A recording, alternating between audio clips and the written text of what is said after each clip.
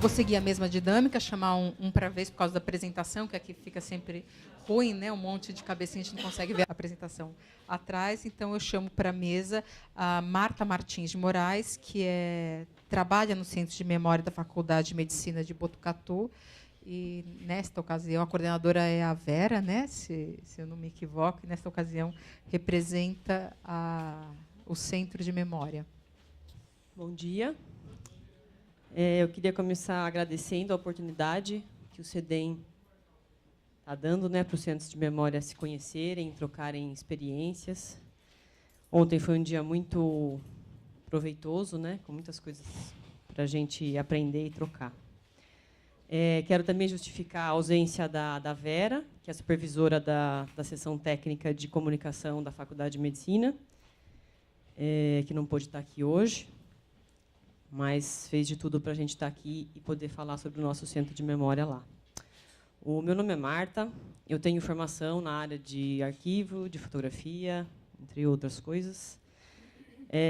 Eu trabalho lá no Centro de Memória desde 2015, no Centro de Memória da Faculdade de Medicina, e acho que vai ser muito interessante a minha fala depois dessas 3 primeiras, porque acho que aumenta a possibilidade de...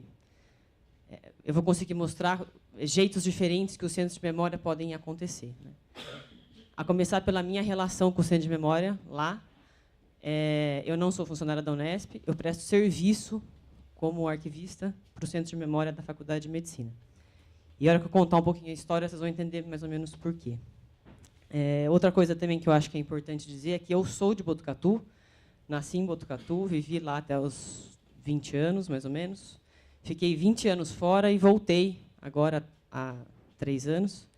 Então, trabalhar nesse centro de memória não é importante para mim só pela questão do arquivo, a questão técnica. Eu sou emocionalmente envolvida com as questões que estão ali e me sinto responsável pela memória da cidade também. Então, isso eu acho que ajuda no meu trabalho. Eu não sei se vocês conhecem como é que é a história de Botucatu, mais ou menos, da Faculdade de Medicina de Botucatu.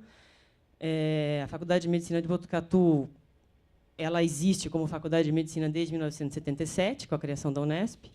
Antes, ela fazia parte de um instituto isolado, que se chamava Faculdade de Ciências Médicas e Biológicas de Botucatu, que era composta por 4 cursos, que era Medicina, Medicina Veterinária, Biologia, e depois de 3 anos, começou a ter a área de Agronomia.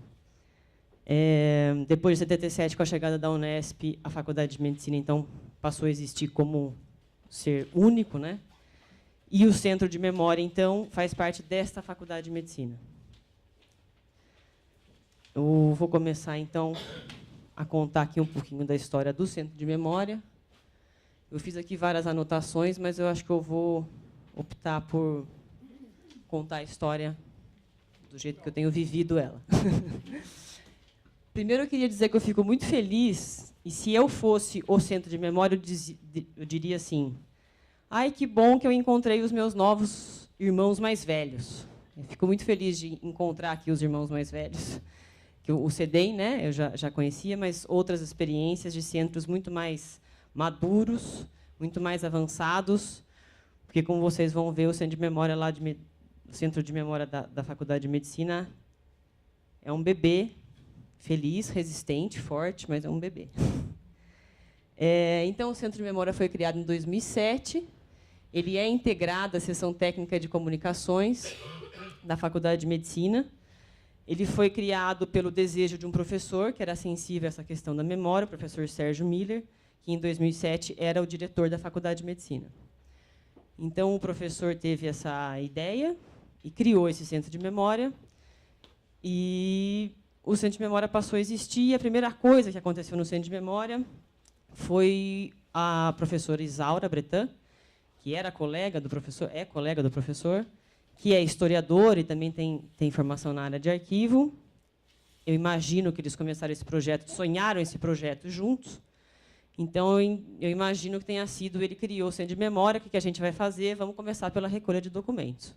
Então, ele foi criado em 2007, e entre 2007 e 2011, teve essa recolha de material, feita principalmente pela Isaura, por essa historiadora, que também, pelo que eu encontrei, dá para imaginar que ela passou pelos departamentos, passou pelas sessões, falou com professores antigos, aposentados, ex-funcionários, e foi reunindo material que ela achava interessante, que poderia formar um centro de memória. Principalmente material da FCMBB, o Instituto Isolado que deu origem à Faculdade de Medicina, né? Em 2010, a gente tem uma portaria que dita o regimento interno do centro, que já está obsoleto, que precisa ser revisto. Quando eu cheguei lá, nem me falaram disso, então não é um documento atualizado, usado, mas só queria dizer que foi feito, né? E aí o que aconteceu em 2011 foi que trocou a diretoria, e com essa troca de diretoria, a Isaura, que era a historiadora responsável pelo funcionamento do Centro de Memória, por questões outras que eu não sei, deixou de trabalhar no Centro de Memória, e, com isso, o Centro de Memória foi desativado.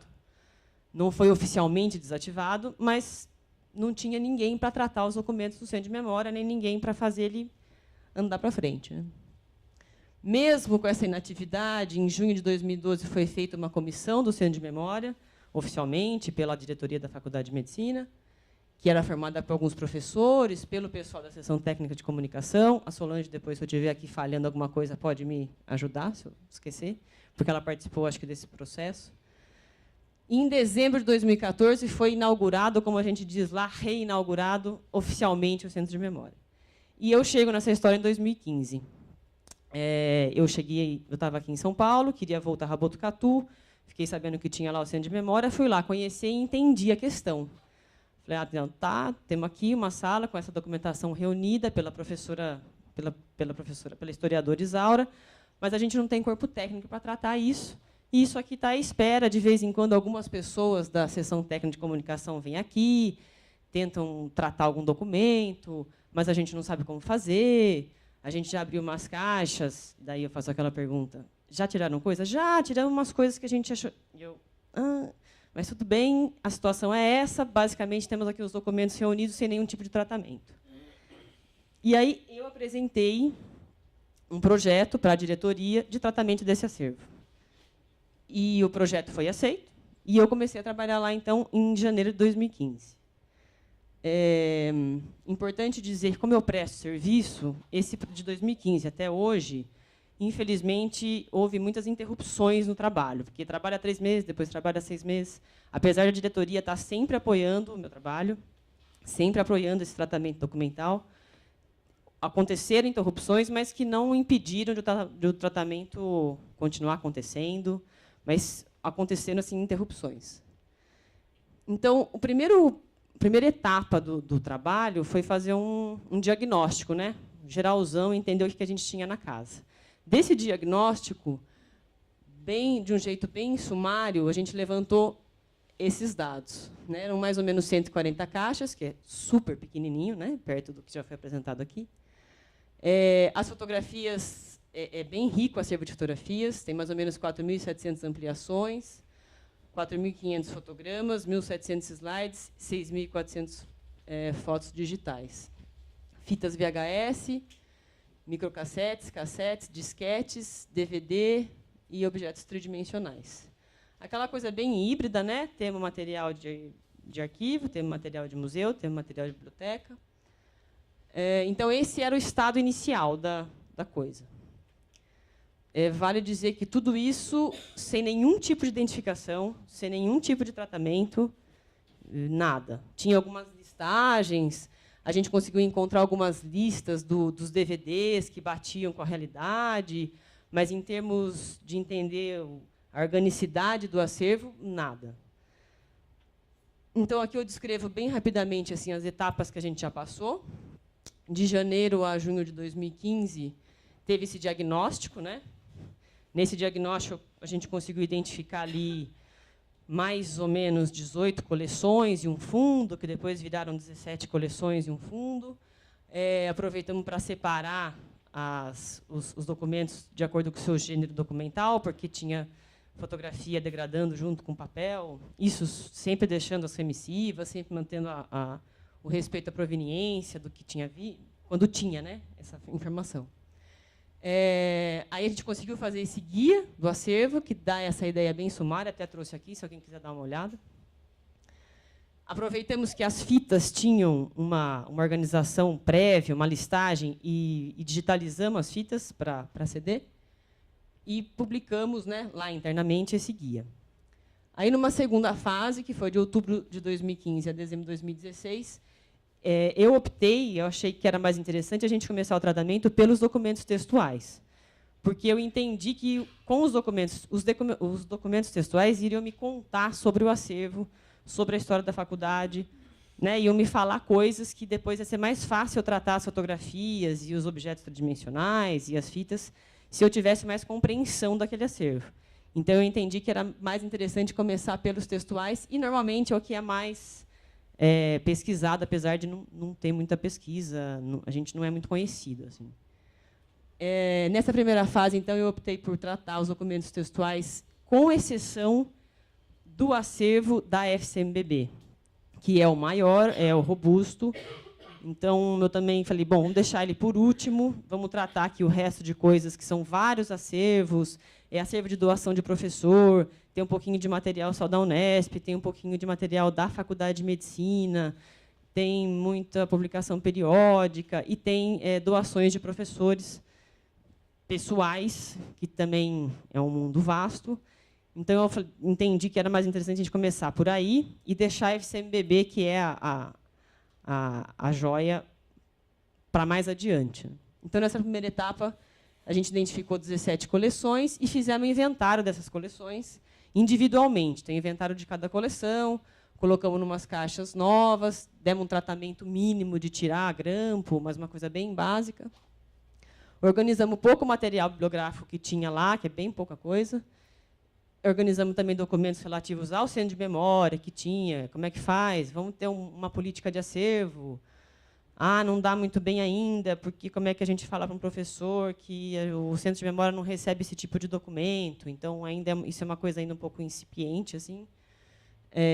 Mas, por exemplo, termo de doação, como é que faz? Essas coisas mais administrativas. Né?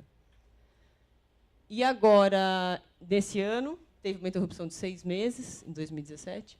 De julho a dezembro de 2017, a gente começou a tratar definitivamente a FCMBB, que é a maior parte do acervo, né, é o mais volumoso. A maioria das coisas que estão lá são da FCMBB, que foi esse instituto isolado de Botucatu, que foi criado em 62, começou a funcionar em 63 e funcionou como FCMBB até 1976, 77.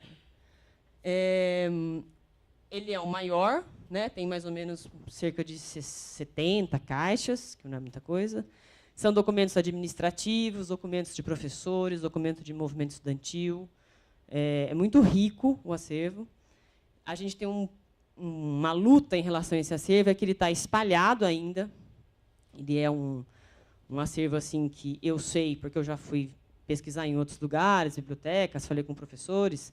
Tem muito professor com parte do acervo em casa, tem outras unidades que não a medicina com parte do acervo, porque, por exemplo, eu fui fazer uma pesquisa na biblioteca da Faculdade de Ciências Agronômicas, que é a FCA, lá em Botucatu.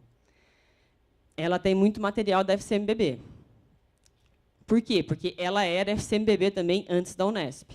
Então, é compreensível que o acervo esteja espalhado. Né? E a minha luta é que a gente consiga unir isso em algum dia em algum lugar, seja no Centro de Memória da Faculdade de Medicina. Eu já conversei com o atual diretor da Faculdade de Medicina, ele já até se disponibilizou a tratar desse assunto, até foi muito generoso e falou, se for necessário, a gente muda o nome do Centro de Memória para Centro de Memória da FCMBB, se isso for ajudar a trazer os documentos. Né? Então, a gente está fazendo o tratamento desse fundo agora, que eu acho que é a nossa pérola.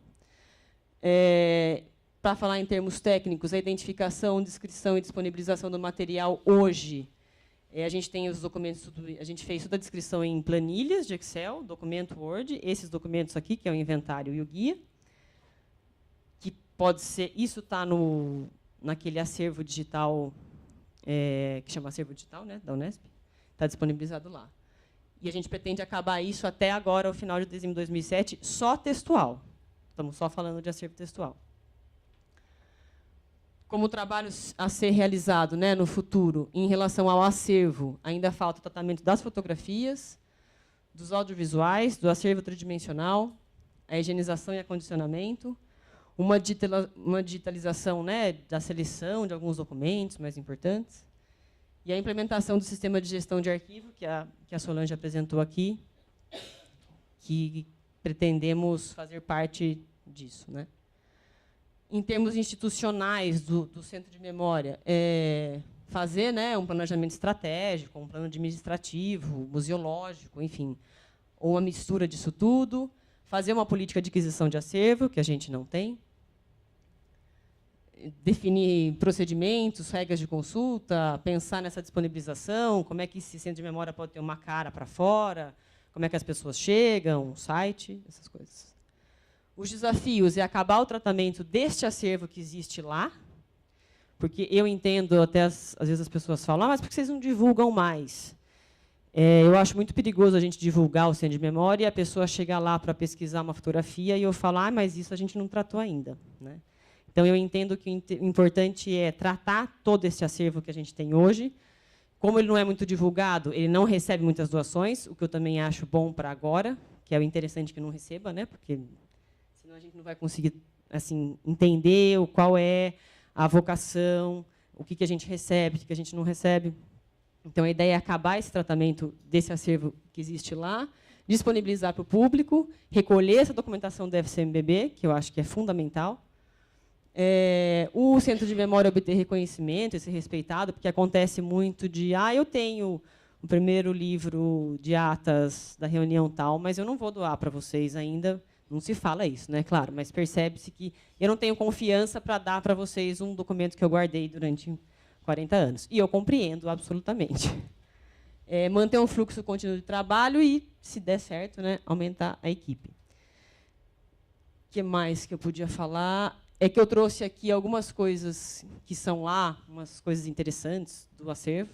As fotografias ainda não estão tratadas, mas como eu já passei por elas várias vezes, eu tenho mais ou menos na cabeça onde elas estão, né? Então, eu trouxe aqui para vocês só umas pérolas lá do nosso acervo. Essa fotografia de cima é o primeiro ano da faculdade da FCMBB, em 1964, 63, tendo aula de anatomia. Isso aqui é o antigo prédio, que ele ainda existe, mas já foi remodelado, mas tem ali 2 alunos. E aquele ali é a primeira equipe de professores da FCMBB de Botucatu.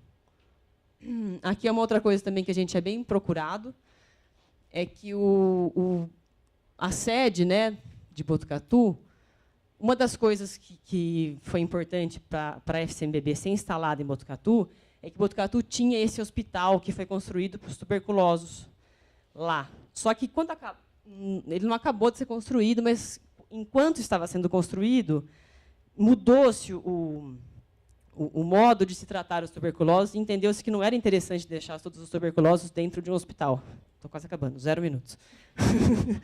Então, não era interessante deixar os doentes todos juntos, e ficou esse hospital lá em Botucatu como elefante branco, e isso foi uma das coisas que convenceu toda a estrutura política que houve para falar, não, Botucatu é um lugar que tem vocação para receber essa faculdade, porque, inclusive, a gente tem um hospital já pronto.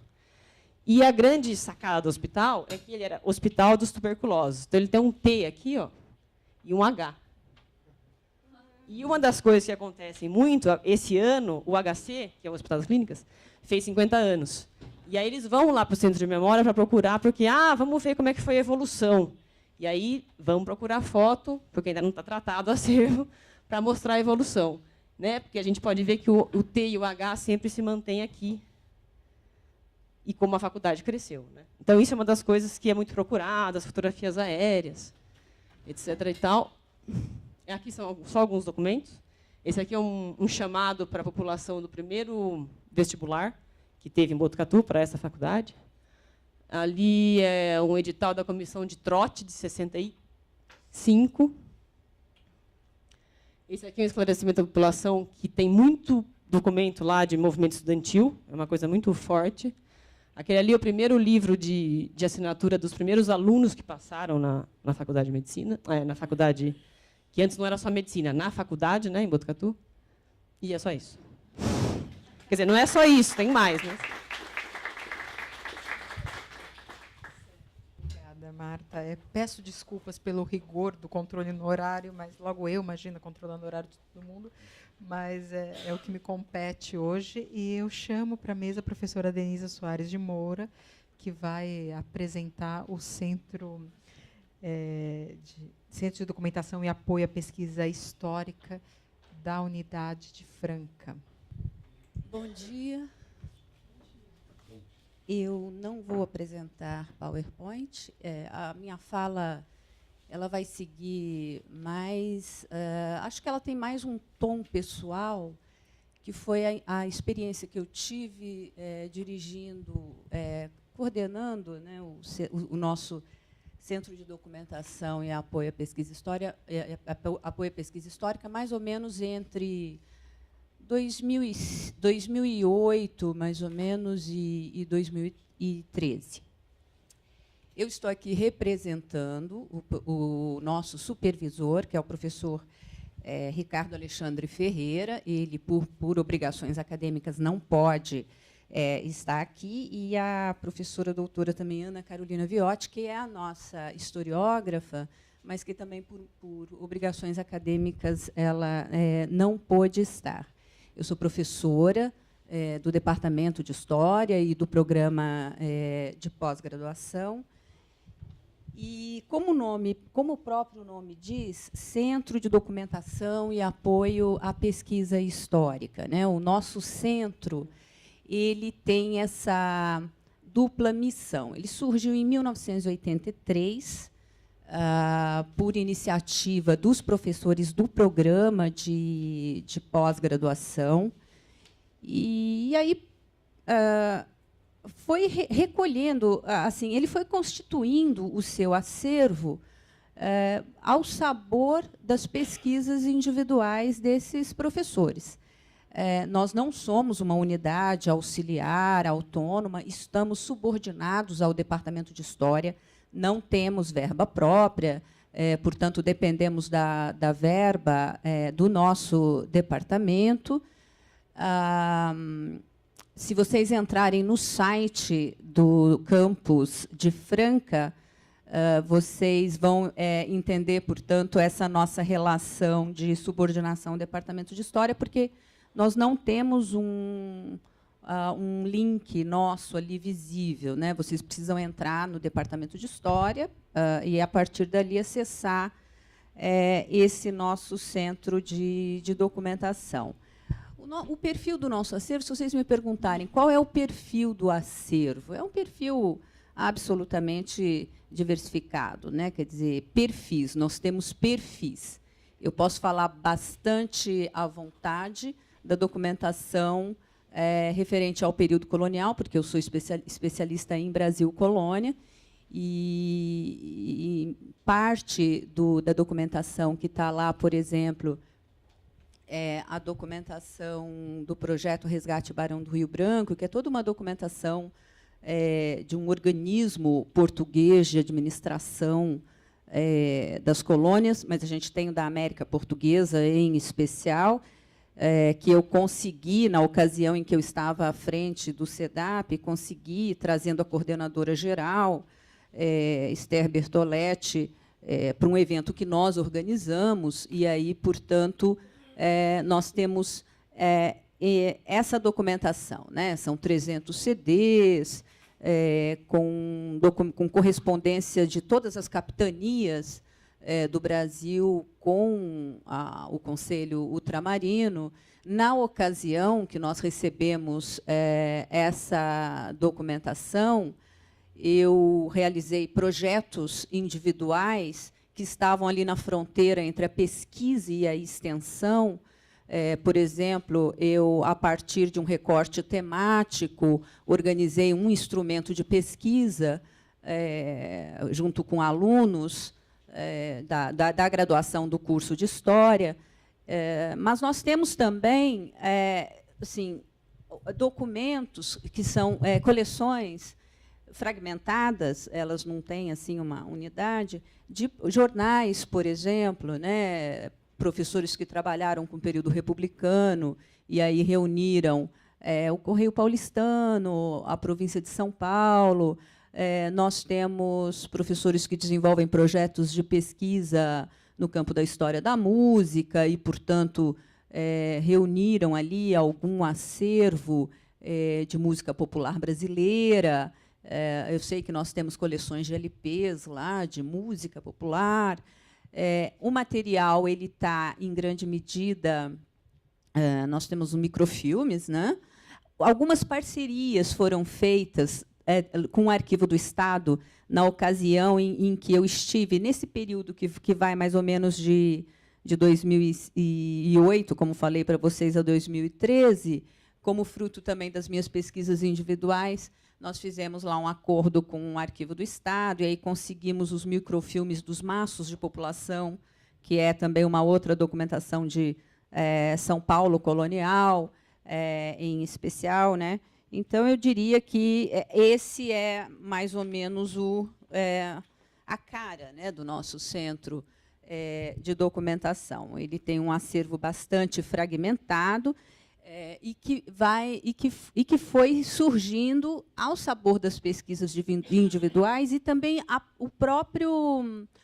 própria infraestrutura ali do centro de documentação, equipamentos de scanners, computadores, impressoras, enfim, né, tudo aquilo que precisamos, né, para tocar os projetos de pesquisa, eles foram ali surgindo, o centro ele foi sendo equipado, fruto desses projetos individuais do CNPq e da própria FAPESP. Houve uma ocasião também em que o nosso centro de documentação e apoio à pesquisa histórica, ele assim teve um papel atuante para além das pesquisas individuais dos professores, que foi no momento em que nós constituímos aqui a Biblioteca Digital da Unesp. Então, foi uma fase até bastante positiva para o centro, para o nosso centro de documentação, que atende essencialmente ao departamento de história. A gente não atende. Evidente que é possível as pessoas fazerem projetos na área do direito ou das relações internacionais, que são os 2 cursos que nós temos no campus, a partir dos acervos que nós temos lá, né? Mas a tendência, a história do nosso centro de documentação foi realmente de atender ao departamento de história, mas houve um pequeno intervalo em que ele teve uma atuação para além do departamento, que foi quando, como dizia para vocês, que foi aquele momento em que estávamos constituindo aqui a Biblioteca Digital da Unesp. Foi, inclusive, naquela conjuntura, mais ou menos entre 2010 e 2013, 2013 porque foi o momento em que eu saí, né?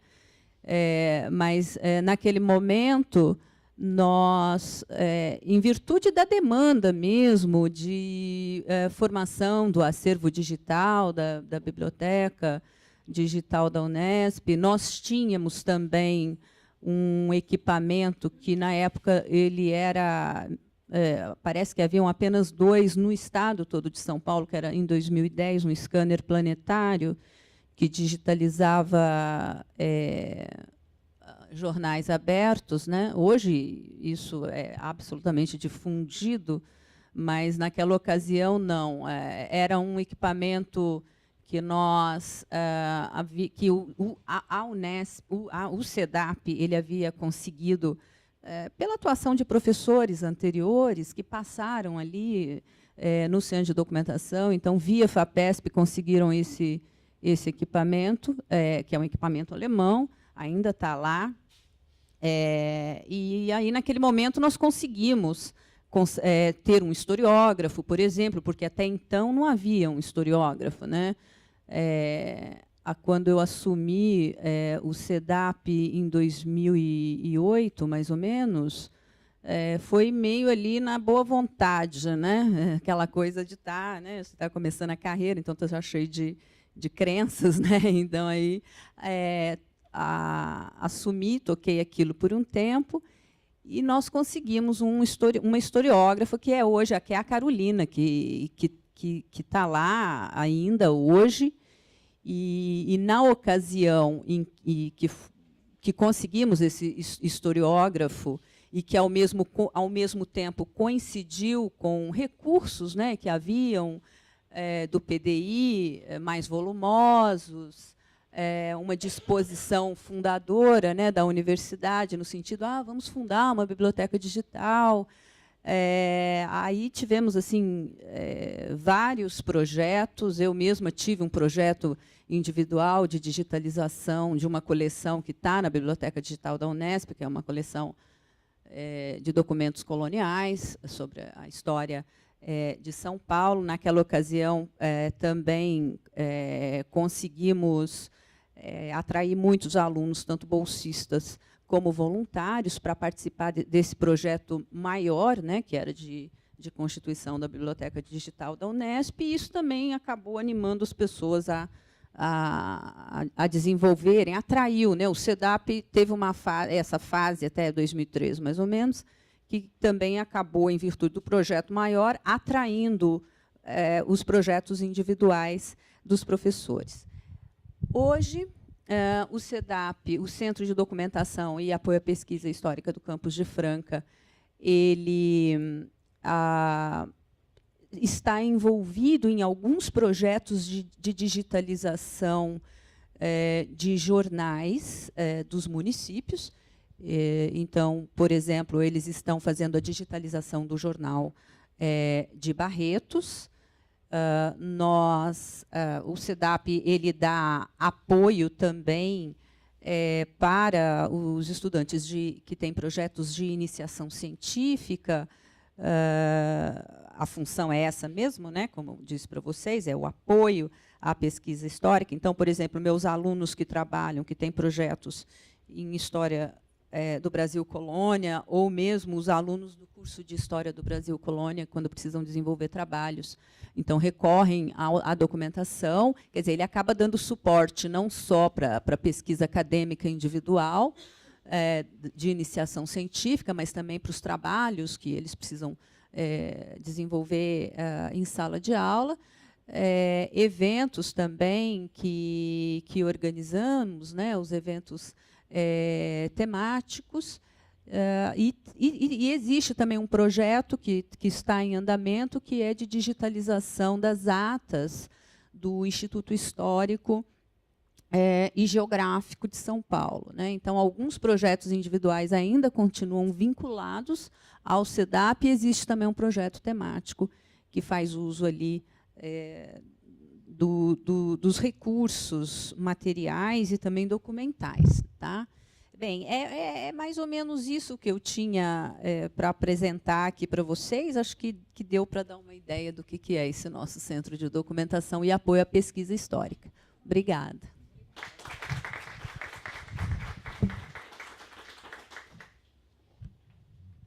Muito obrigada, Denise, por sua apresentação.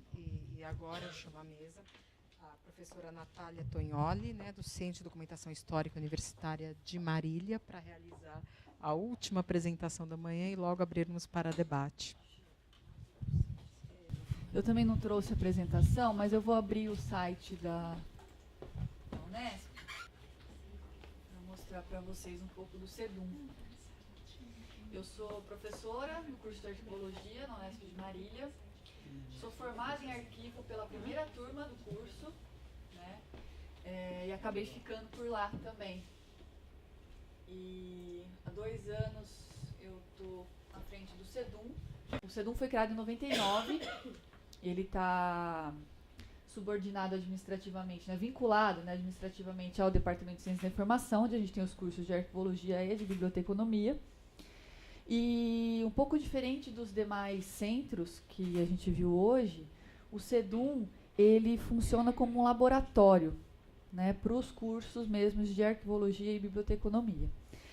A documentação que a gente tem lá foi uma documentação que chegou para a gente antes da fundação do centro, na realidade deu origem, né, à fundação do centro, que por falta de inspiração de um nome melhor, veio de um projeto chamado Projeto Lixão, que é uma documentação da Prefeitura Municipal de Marília, que iria jogar os documentos fora.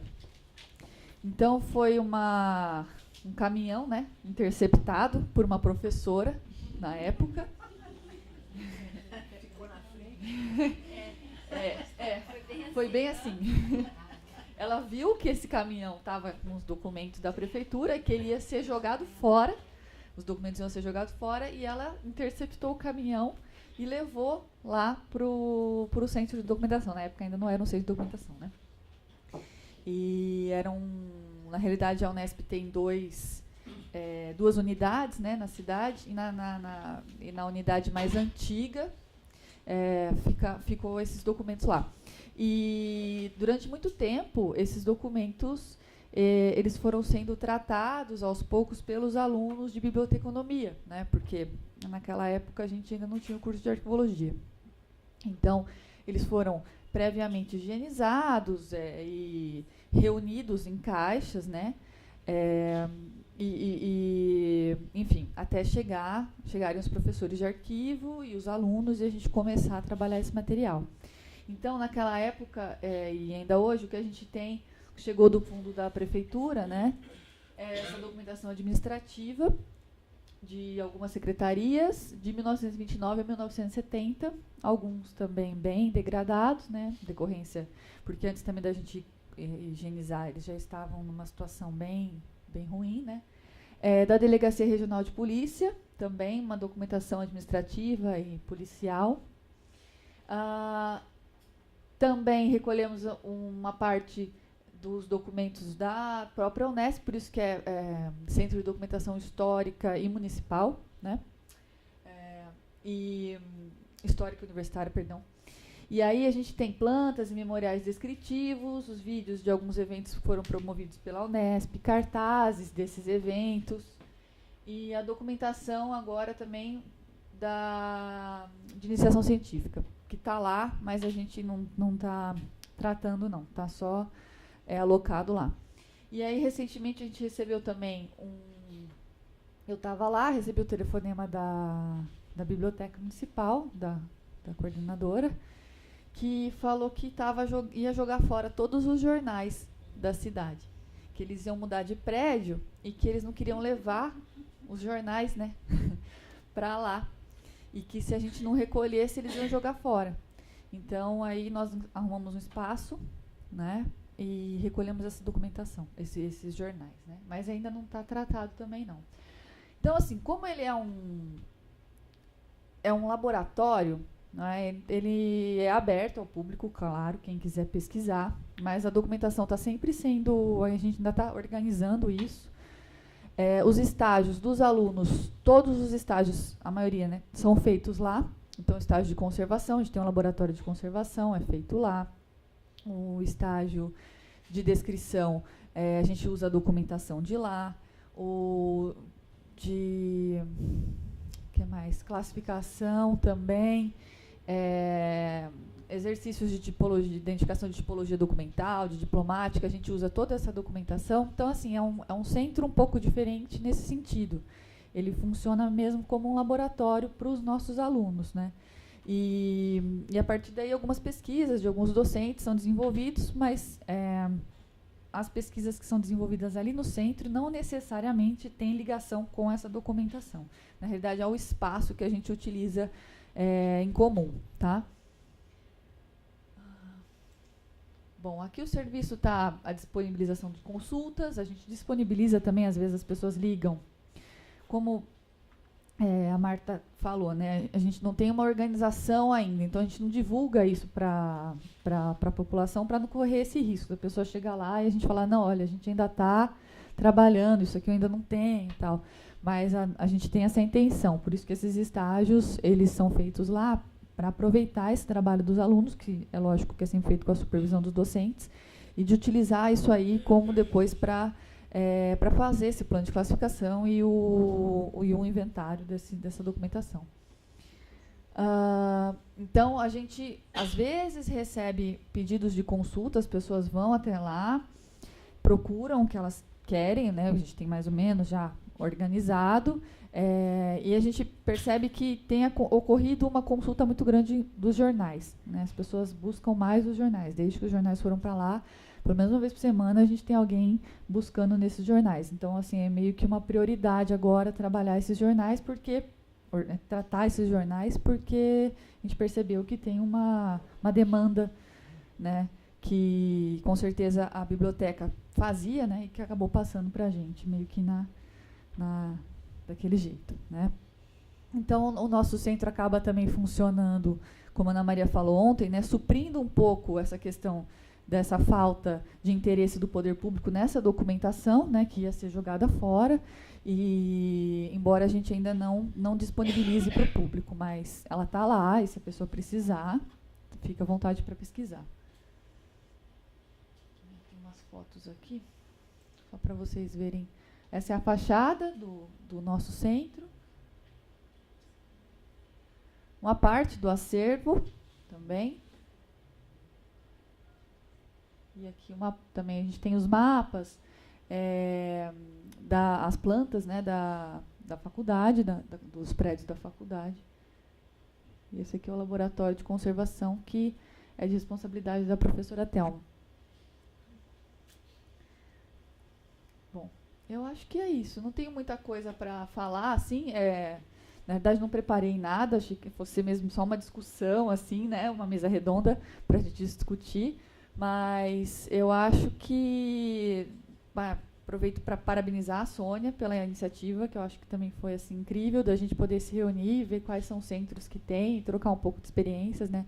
Como eu falei, o nosso é um pouco diferente, porque ele acaba servindo mais à comunidade acadêmica, ali, aos alunos mesmo, é um laboratório, né? Mas é isso, acho que é isso. Agradeço o convite, parabenizo a Leandra também, e a Sônia. E é isso. Natália, por favor, eu peço, muito obrigada por sua apresentação, eu peço que você permaneça na mesa e eu convido a Denise e a Marta para retornarem à mesa para a gente abrir para o debate algumas questões. E, sem muitas delongas, já está... tem razão. Quando a gente não desliga, incomoda, né? Está aberto para perguntas. Alguém? Claro. Bom dia a todos e todas. Meu nome é Dora Martins, eu não sou da área de arquivo, trabalho no judiciário. Achei muito interessante aprender que várias cidades, vários centros têm ainda a guarda de documentos do Poder Judiciário, que é uma grande discussão dentro do Poder Judiciário, a questão do seu enorme arquivo, que tem um viés histórico importantíssimo. Achei muito legal saber entender esse viés de Marília, que é bem documental para a vida acadêmica, e queria perguntar para a Marta, porque, por coincidência, eu também sou de Botucatu, eu acho que a relação de Botucatu com a história da Faculdade de Medicina Inicial é muito forte. Eu queria saber se esse acervo, que ainda é, como ela disse, um bebê, tem chance de ser um acervo histórico para a comunidade da cidade, mais do que para a vida acadêmica.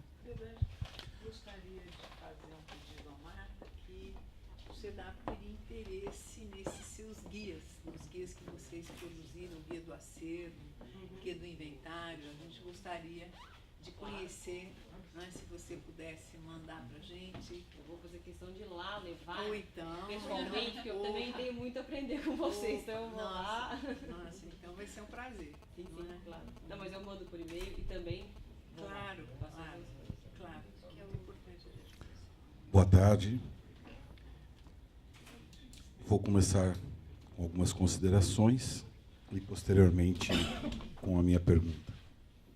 Professora Marta, a emoção, ela faz parte de qualquer momento da nossa vida. Em especial quando estamos falando de um trabalho que gostamos. Então, parabéns. E eu vi outras emoções que ocorreram também. Uma pena que o nosso tempo, às vezes, ele é curto para nós debastarmos essa pedra tão maravilhosa que é conhecermos, saber a história. Uma proposta, professora Sônia, num futuro breve, um tempo maior, se isso for possível. A professora de Marília comentou sobre a professora que interceptou o caminhão. Essa professora merece aplausos infinitos, porque ela deixou que a história não se perdesse. E, às vezes, eu me preocupo, na nossa universidade, e aí especificamente da Faculdade de Engenharia, que nós temos os nossos arquivos lá, mas arquivos de alunos, nós temos a pasta do primeiro aluno da FEB, e eu vi aqui o quanto nós temos que fazer ainda, tratar esses documentos, enfim. Temos aqui, estou acompanhado da Araci, que é uma pessoa que também está atenta a isso. Eu acho que na volta nossa nós vamos conversar bastante sobre isso. Ouvi na fala da professora de Franca e de Marília, vocês pretendem fazer um trabalho e disponibilizar à população. Existe um prazo para que esse rico trabalho seja disponibilizado, de fato? Obrigado. Eu vou começar pela pergunta sobre a vocação, né, do Centro de Memória. Eu entendo assim que o acervo do Centro de Memória de Botucatu, ele trata, ele tem a vocação para servir o público interno. E aí eu entendo mais essa questão da história, do desenvolvimento do ensino interdisciplinar, porque no começo a história era muito voltada lá para isso. Botucatu é reconhecido como um lugar onde tem o ensino de uma medicina humana, e os documentos também mostram muito isso. Mas eu acho que uma das vocações principais dele é para a gente pesquisar, falar, escrever, pensar a relação da faculdade com a cidade de Botucatu, com o município. A gente tem muita documentação, entrevista, história oral, de como é que foi a recepção da cidade quando a faculdade chegou lá, qual foi a relação dos alunos, das famílias botucatuenses com os alunos que vinham fora da medicina, as festas, os shows que a faculdade promoveu. Teve muito movimento estudantil que mobilizou a população da cidade inteira. Então, eu acho que a vocação daquele acervo é também essa vocação para tratar da cidade, da história da cidade, da ditadura. Tem muito documento que fala especificamente de repressões relacionadas à ditadura e depois, no começo dos anos 80, como, por exemplo, os professores aí devem conhecer, uma visita que o Maluf fez e a polícia foi lá e foi a maior pancadaria em todos os professores. Isso é um fato muito conhecido entre os atuais professores, ex-estudantes, né, antigos estudantes da faculdade. Então, eu acho que ele tem uma vocação bem ampla, assim, e extrapola o muro da universidade mesmo, que eu acho que isso é muito rico, né? E, sim, trabalhar gostando e emocionando-se é melhor ainda.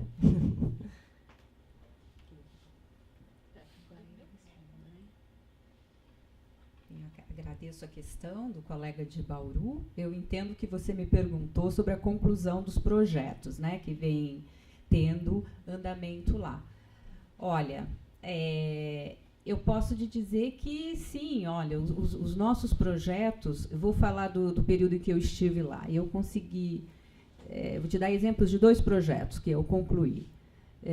Digitalizamos, na ocasião, os jornais de uma cidade próxima a Barretos, chamada Colina. E então fomos, inclusive, até a cidade, fizemos uma avaliação do acervo, e alunos voluntários e bolsistas de projeto de extensão concluíram isso. Saí de lá em 2013, acho que deve ter sido mais ou menos 2012 que nós concluímos. Concluímos também um outro projeto, e isso deve talvez ter uns 3 anos, mais ou menos, de um instrumento de pesquisa que eu fiz com os meus alunos lá dentro do SEDAP. É um projeto que está na fronteira entre pesquisa e extensão, porque fizemos um recorte temático na documentação do Conselho Ultramarino só de correspondências das câmaras, que na colônia já existiam as câmaras, né? Não eram municipais, como a gente fala hoje, porque não tinha o conceito de município, mas havia esse organismo local aí, que eram as câmaras, e a gente tem lá, dentro de 300 CDs de todas as capitanias do Brasil, em torno de 7.000 correspondências que eram só de câmaras municipais com o Conselho Ultramarino. Então, meus alunos, num projeto que durou lá uns 2 anos, mais ou menos, nós criamos um instrumento de pesquisa somente através disso, né? Aí, atualmente, os 2 projetos eles estão em fase muito avançada, que é a documentação de Barretos, de andamento bem avançado, a documentação que vem sendo digitalizada, jornais de Barretos, que vem sendo com recursos da prefeitura, porque é convênio, né? Acho que talvez não tenha ficado muito claro isso na minha fala. Quando se trata de prefeituras, a gente consegue bolsas com as prefeituras para os estudantes, e sempre com voluntários. Trabalhando ali conjuntamente, e está em uma fase assim, bastante adiantada, inclusive, e claro, né, vai ser cumprido. Você tem lá dinheiro de prefeitura, não tem que cumprir. Tem que cumprir com qualquer recurso, né? Mas ali você... E depois a gente tem esse sem recursos, somente voluntário. A digitalização das atas das reuniões do Instituto Histórico e Geográfico Brasileiro, vem do Rio de Janeiro esse material. É um trabalho que também em estágio bastante avançado. Então, eu avalio, apesar de estar afastada do nosso centro de documentação desde 2013, mais ou menos, eu faço uma avaliação positiva, no sentido que os projetos têm sido bem com foco ali, bem preciso, começo, meio e fim, e as pessoas têm conseguido concluir, né? Quando, de repente, você tem a descontinuidade dos recursos, aí, claro, o projeto acaba tendo que parar, né? Aí vou citar um exemplo meu de um projeto que estava sendo desenvolvido ali dentro do SEDAP, e que tinha vínculo com a biblioteca digital, que era um instrumento de pesquisa para navegar na documentação dos documentos interessantes do História e Costumes de São Paulo, que está dentro da biblioteca digital da Unesp. Então, a hora que descontinuou os recursos da biblioteca digital, aí também parou, né? Porque aí não tinha mais como. Mas, de um modo geral, eu acho que 90% dos nossos projetos são concluídos. Bom, no caso do SEDUM, como é um laboratório didático, a gente não tem um prazo, né, para terminar isso. O que acontece assim, é que agora fica mais fácil da gente conseguir ter uma previsão, mas antes a gente tinha o problema que vários professores passaram por lá, né? Então, assim, naquela época, um professor que saiu, que era o coordenador do estágio, fazia de um jeito. Aí entrava outro professor, fazia do outro jeito. Aí isso ia atrasando. Aí, de uns 2, 3 anos para cá, né, a gente definiu quais eram os docentes responsáveis pelos estágios, né, porque a gente agora tem um corpo completo de docentes permanentes, né, porque antes eram substitutos e tal. Então, agora, cada um ali sabe a parte que lhe cabe e o que tem que ser feito, né? Então, a hora que todo mundo acabar a sua parte, aí talvez a gente consiga abrir isso para a população. Tá bom? Posso fazer um comentário também? Eu tenho 2 comentários. Desculpa, você, colega de Bauru, esqueci seu nome. Jorge, tenho 2 comentários sobre a sua fala, se você me permite, que é a seguinte, talvez eu até adiante eu falasse isso no encerramento, mas já que você colocou, né, sobre essa necessidade de um tempo maior de discussão, eu concordo que em 15 minutinhos não dá para contar a história de décadas, né, e quase todos os centros de documentação já já ultrapassa uma década de existência, e essa proposta de integração era realmente para... foi a opção de fazer uma reunião aberta, né? Na verdade, era para esses centros de documentação se conhecerem, criarem uma afinidade maior, conhecer a história, conhecer os tratamentos técnicos, os projetos que estão acontecendo, e começar uma integração. Não sei se é um pouco de ilusão, mas ontem mesmo eu conversava com a professora Silvia sobre isso, ou talvez um pouco de sonho, chamar primeiro o Fórum Centro de Documentação e Memória da Unesp, significa que há esperança, ou quase certeza, pelo menos da minha parte, que haverá um segundo fórum, e que já avançando para uma maior integração entre essas iniciativas preservacionistas de memória, né? Eu também, particularmente, penso que esse fórum não deva ter uma casa única, que ele deva ser itinerante, e cada vez que realizado, aí o grupo precisa sentar também e conversar, aconteça numa unidade, numa casa diferente, e para que a gente continue essas conversas que são valiosas, né, e que precisam acontecer mesmo, em relação a diversos aspectos, até para o próprio fortalecimento desses centros de documentação. É uma necessidade.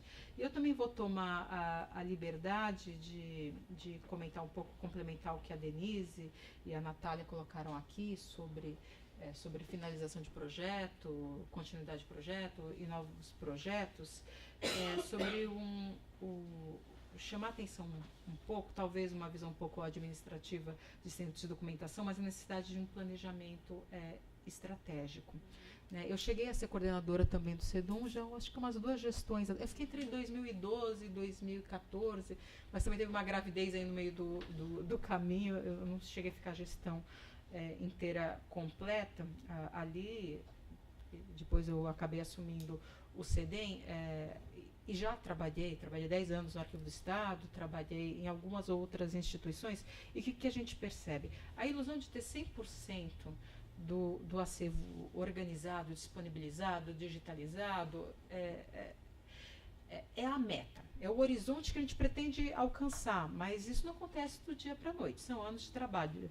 No caso específico do CEDEM, ele existe há 30 anos, e se neste momento a gente fechar as portas no sentido de receber novos acervos, 30 anos a mais não serão suficientes para organizar na totalidade o acervo, né? Então, nem sempre dá para essas instituições de preservação da memória, dá para esperar que agora que está tudo perfeito, tudo redondinho, a gente abra para o público, ou agora tem um conforto necessário. O que acontece é que você trabalha por fases, existem fases distintas de trabalho. A Natália contou muito bem, aí voltando para o CEDUM, essa questão do projeto Lixão. Não é só um nome engraçado, significa que veio num caminhão tudo misturado, tudo bagunçado, e que foi despejado por uma iniciativa pessoal de um docente que falou, pelo amor de Deus, não vai para o lixão, venha para o campus da Unesp e despeje lá. Então, quem olha as primeiras fotos, pena até que na página não tem as primeiras fotos, fica impressionado, porque é uma montanha no chão de documentação. Isso significa mistura de diversas proveniências. Então, para chegar nesse nível também de que o site consegue identificar os distintos fundos documentais e as coleções que aparecem, houve muito trabalho aí também de diversos docentes. Eu acho que a primeira que começou com identificação tipológica foi a Ana Célia Rodrigues, né? Foram dos primeiros trabalhos, e aí eu também fiz esse trabalho, a professora Márcia Pazin fez esse trabalho, a Natália fez esse trabalho, e já é possível traçar um perfil de acervo, porque houve tratamento arquivístico prévio, talvez não no nível de unidade documental ou de item documental, mas houve uma identificação de acervo e um controle de acervo, que é uma das questões fundamentais de qualquer centro de documentação. Você tem que saber o que você tem, onde está e como é que está, né? E isso passa por uma espécie de inventário, não esse inventário de séries que está relacionado, mas um inventário quase de tombo de acervo. né? Porque é muito difícil planejar trabalho se você não sabe o que tem na casa, né? E aí tem vários fatores que interferem. No caso do CEDUM não tem nem servidor técnico administrativo, nunca teve ninguém. Ele conta basicamente com apoio de estágios de graduação, que são... que aí depende, cada estágio tem uma carga horária, né? Pode ter 30 ou 60 horas ali os diferentes estágios, mas conta com equipes de bolsistas que são vinculados a projetos pessoais de pesquisa de docentes relacionados ao centro de documentação, que aí volta aquela conversa antes do café de que se não fossem determinados projetos de pesquisa, alguns centros de documentação ou de memória não conseguiriam desenvolver atividades, porque você acaba resolvendo ali como dá para resolver, né? E aí é um pouquinho por dia, mas geralmente é com planejamento estratégico. Nessa fase a gente vai identificar. Imagino que a Natália, eu nem sei, eu ainda não vi esse montante de acervo de jornais que vocês receberam agora, não sei o volume que foi. Não vou saber te falar agora ao certo quanto, mas a gente tem uma grande parte já encadernado e ainda uma grande parte avulso, né? Os itens avulsos que também já geram outro tipo de cuidado de preservação, né? Pelo menos na época que eu fui, que eu fiquei lá também dando estágio, era em torno de 2.000 caixas arquivo que tinham na ocasião, já com certeza diminuiu um pouco, porque você tem que otimizar espaço, então faz agrupamentos, identifica, separa, tem toda uma coisa prévia, mas esse volume de acervo, ele precisa ser considerado um planejamento estratégico e por onde se começa, por que se começa, tudo isso faz parte de gestão de unidades de informação que tem que estar muito, muito bem claro, mas é trabalho de formiguinha, né? Todo mundo que trabalha com essas iniciativas, né? Seja em arquivo, seja em centros de memória, centro de documentação, bibliotecas que recebem fundos, né? Eu preciso dizer que em Botucatu tem um acervo, aí não é em relação ao centro de memória, mas é na biblioteca que vocês têm documentação da Fazenda Lajeado, que é uma documentação impressionante. Também, então, bibliotecas também têm necessidades especiais. Isso tem a ver com como você organiza a casa, como é que você estabelece prioridades e por quê, né? Tudo tem que ser muito consciente, né? Pelo menos eu tive vontade de falar um pouco. Desculpa, que eu sou animada, eu falo demais. Você que... nossa, já, né? Mas já acabou, já que sou eu que estou mediando a mesa, eu vou agradecer a presença de todos os representantes do Centro de Documentação por expor. Eu aprendi bastante. Com alguns centros de documentação a gente tem mais proximidade ou não, mas sempre tem acontecido de um nível muito pessoal, né? A gente... você vai compor a mesa em 2 segundos. Foi desmanchar essa e você vai compor uma mesa nova.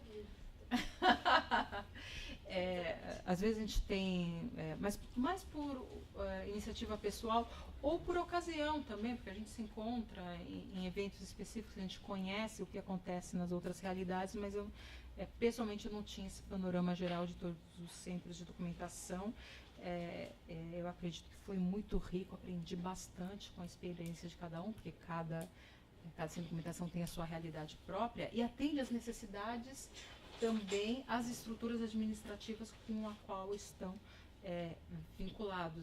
Evidentemente que centros de documentação vinculados a faculdades de História ou de Letras têm uma necessidade e um perfil de usuários diferente ao centro de documentação, por exemplo, vinculado ao Departamento de Ciência da Informação. Tem a ver com realidades distintas e que todas devem ser consideradas. Agradeço muito a todas por isso, e esta mesa também encerro o primeiro fórum de centros de documentação, mas para encerrar o seminário, né, Dimensões e Perspectivas do Centro de Memória e Documentação, eu vou convidar a professora Leandra Bizello à mesa, uma das organizadoras.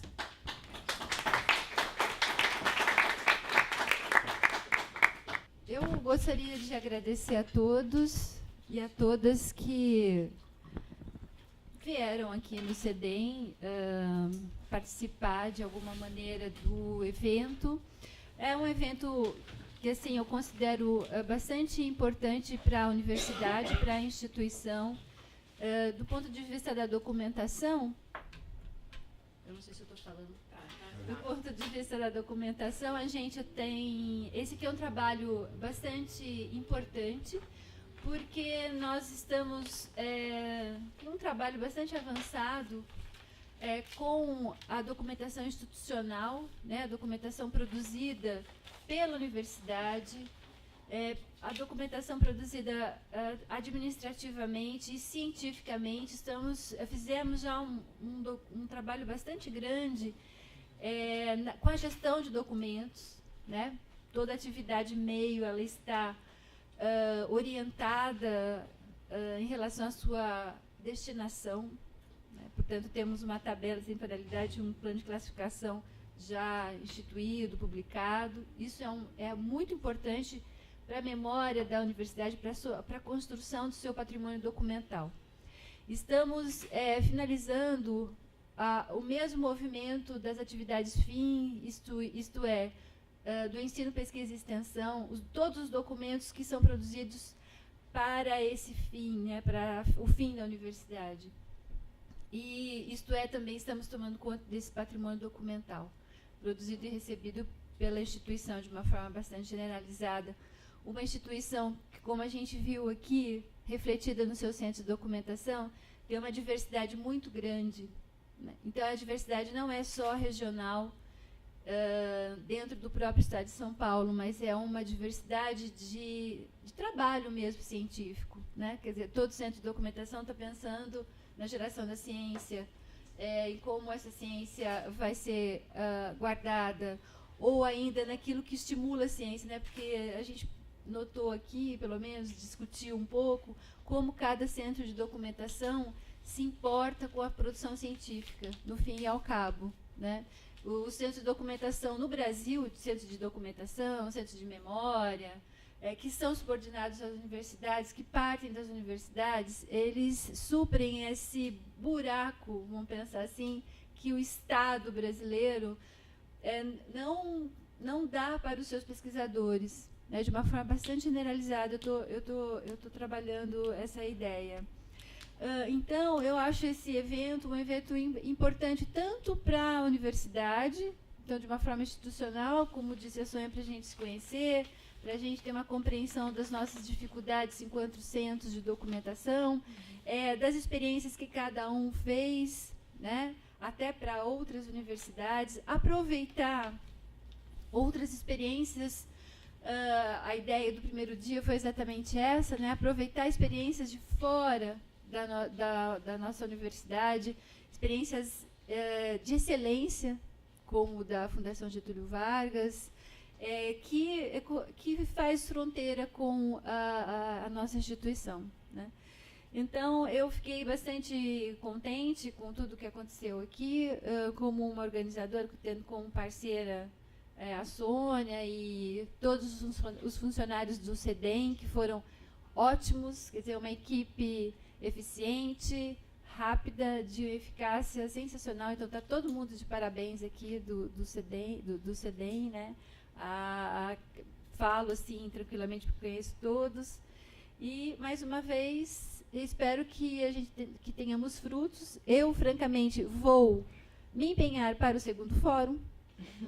Já estou pensando em como captar recursos, que é algo importante, como todo mundo... Infelizmente ou felizmente, eu não sei, a gente tem que aprender a fazer isso, né? Captar recursos. Acho que a fala do Celso Castro deixou um pouquinho essa ideia, né, como uma fundação que se garante sozinha, né? Claro que tem uma série de aspectos aí que a gente não vai discutir agora, e é muito interessante. Mas, sim, é uma questão importante a captação de recursos, obviamente. Eu também não sei como fazer isso, viu, gente, porque eu sou péssima nesse aspecto, mas, enfim, a gente tem que aprender a fazer esse levantamento. Uma outra questão também importante, que eu acho que ficou marcada aqui, foi a atuação dos profissionais, que vou puxar a sardinha para o meu lado, que a gente forma lá em Marília. Eu acho que a gente tem que brigar muito por ele existir no Estado de São Paulo, porque o problema é estadual, né? O profissional de arquivo não existe enquanto cargo institucionalizado no Estado de São Paulo. E eu acho que a experiência que nós tivemos lá em Prudente demonstrou que é necessário esse profissional, e em outros âmbitos também a gente acompanha o caminho, a trajetória profissional de alguns dos nossos alunos, e às vezes espontaneamente eles nos relatam as suas trajetórias profissionais, e eu acho muito importante, é um segundo ponto, né, que devemos ressaltar, que para mim, pelo menos, ficou bastante claro nesse nosso evento, né? Então, eu agradeço mais uma vez, para finalizar, porque está todo mundo com fome, né? A minha fala, agradeço a presença de todos e de todas, e espero vê-los no segundo fórum. A gente ainda não sabe quando vai ser, onde vai ser, mas vai acontecer. Pelo menos eu vou me esforçar nesse sentido. Muito obrigada. Obrigada. Só vou falar duas palavras que eu mais sabe como é que é. Que é o seguinte, obrigada. Eu não tenho mais nada a complementar. Eu acho que a Leandra fez um balanço ótimo sobre esses 2 dias de trabalho. Eu só quero agradecer a presença de todos na comemoração dos 30 anos do CEDEM. Quando a Leandra, há alguns meses, no começo do ano, né, trouxe essa proposta, ela falou que queria fazer um evento sobre ciência de documentação. Eu falei, Leandra, a gente está justamente conversando isso no CEDEM desde 2016, que a gente tem amadurecido a ideia deste encontro aqui. Então, ela foi uma super parceira que me colaborou, tanto em todos os aspectos, desde o estabelecimento da programação acadêmica até a captação de recursos, aí de novo PROEX, porque são as pró-reitorias de extensão que acabam apoiando esse tipo de iniciativa.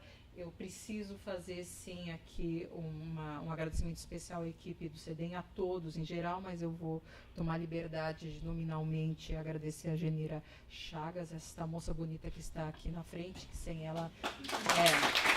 Ela é responsável pelos nossos eventos, não teria acontecido. A Lígia de Almeida, que não está aqui na sala, mas é também aquela moça lindíssima, loira, que recebeu todos vocês com muito carinho.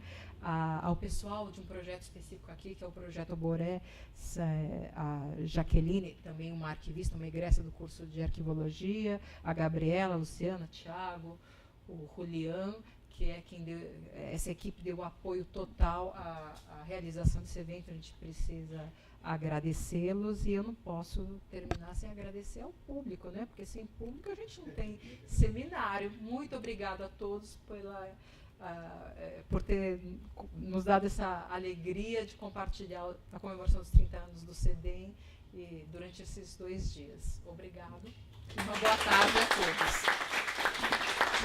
Deixa eu só deixar um convite. Olha, a gente encerra o ano comemorativo do CEDEM, mas não é o último evento. Para quem tiver interesse, agora no dia 28/11 haverá o último debate CEDEM, o ciclo de debates CEDEMs. Acontecem há 20 anos, dos eventos mais tradicionais que a gente tem. A cada 15 dias chamamos especialistas para discutirem alguns temas importantes da contemporaneidade, sempre vinculados ao acervo do CEDEM. E no dia 28, aí sim, encerrando os eventos do CEDEM, vamos ter o debate Política Externa para a África como instrumento de ação afirmativa contra o racismo, contando com a presença da embaixadora Irene Vida Gala, do Itamaraty, o professor doutor Acácio Sidney Almeida Santos, da Universidade Federal do ABC, e a mediação do professor Juarez Tadeu de Paula Xavier, né, professor aqui da Unesp, da unidade de Bauru, de comunicação de Bauru, que vai fazer essa ginástica da mediação. Os debates sempre acontecem às 6h30 da tarde, né, e deixo aqui o convite a todos. Muito obrigada e uma boa tarde.